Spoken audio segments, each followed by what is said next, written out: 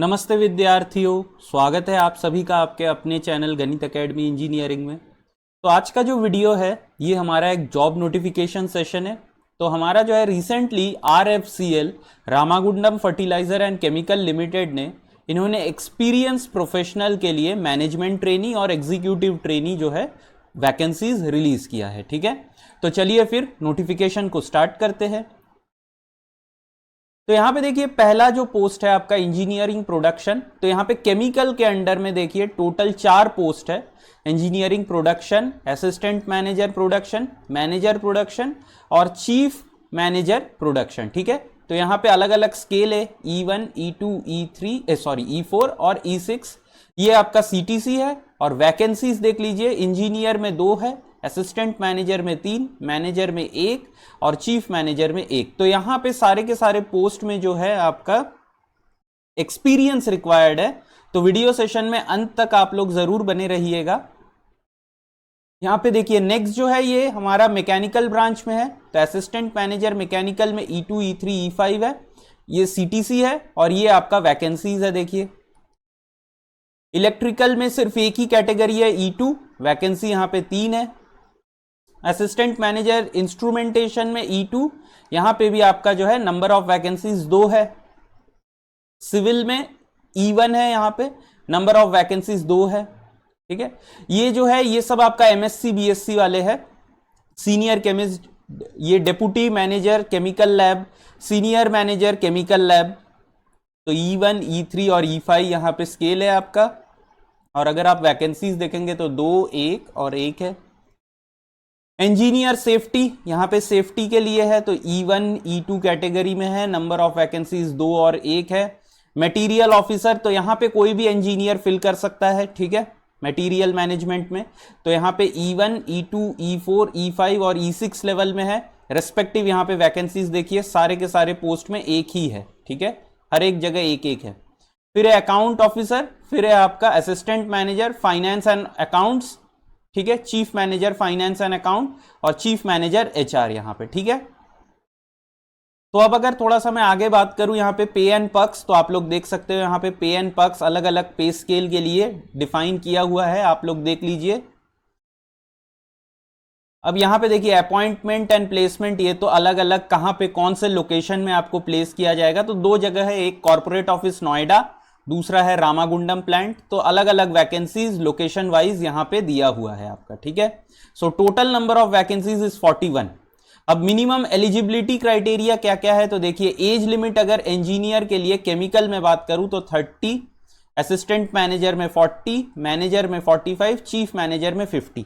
तो इसमें नॉर्मल जो OBC SC ST का जो है, OBC के लिए +3 ईयर, SC ST के लिए +5 ईयर्स का यहाँ पे है। ठीक है, और आपका जो यहाँ पे रिक्वायरमेंट है मिनिमम एजुकेशनल क्वालिफिकेशन, वो BTech in chemical engineering, chemical technology या candidates having boiler operation engineering certificate will be given preference.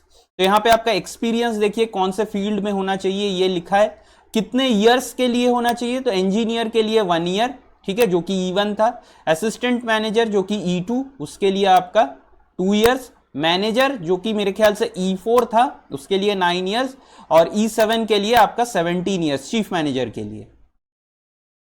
अब असिस्टेंट मैनेजर यहां पे भी देखिए age limit define, age limit वगैरह हर जगह सेम है, हर एक डिपार्टमेंट में।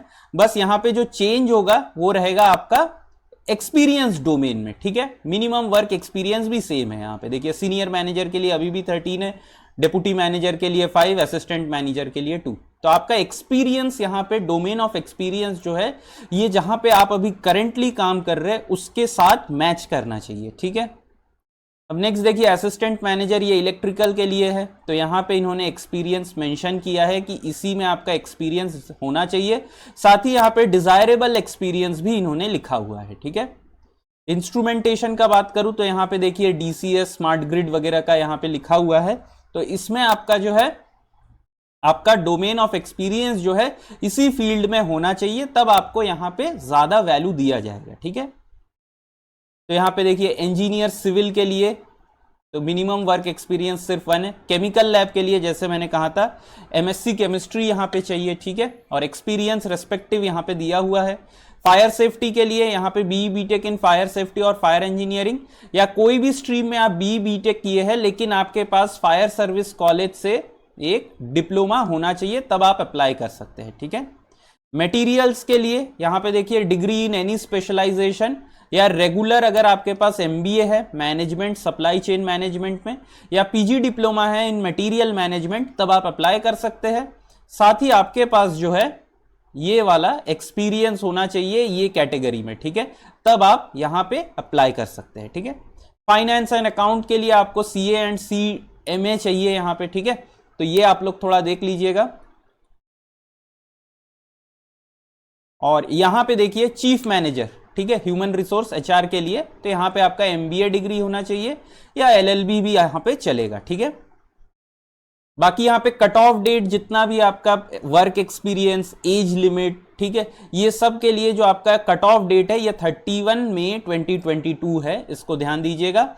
और यहाँ पे एजुकेशनल क्वालिफिकेशन में आपको मिनिमम जो बीई बीटेक में मार्क होना चाहिए, या जो भी मिनिमम यहाँ पे एजुकेशन है उसमें 60% या फर्स्ट डिवीजन मार्क होना चाहिए। ठीक है।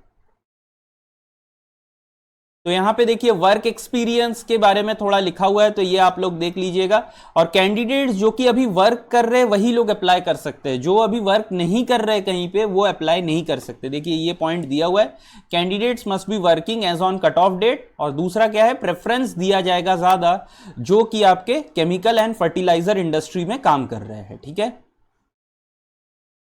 तो यहाँ पे पे स्केल जो है, आप अभी जहां रिसेंटली काम कर रहे हो उसका पे स्केल इतना होना चाहिए। तो अगर आप अकाउंट ऑफिसर, मटेरियल ऑफिसर, मतलब अगर आप E1 लेवल से अप्लाई करना चाहते हैं तो आपका मिनिमम अभी जहां आप काम कर रहे हैं वहां पे CTC 6.61 होना चाहिए।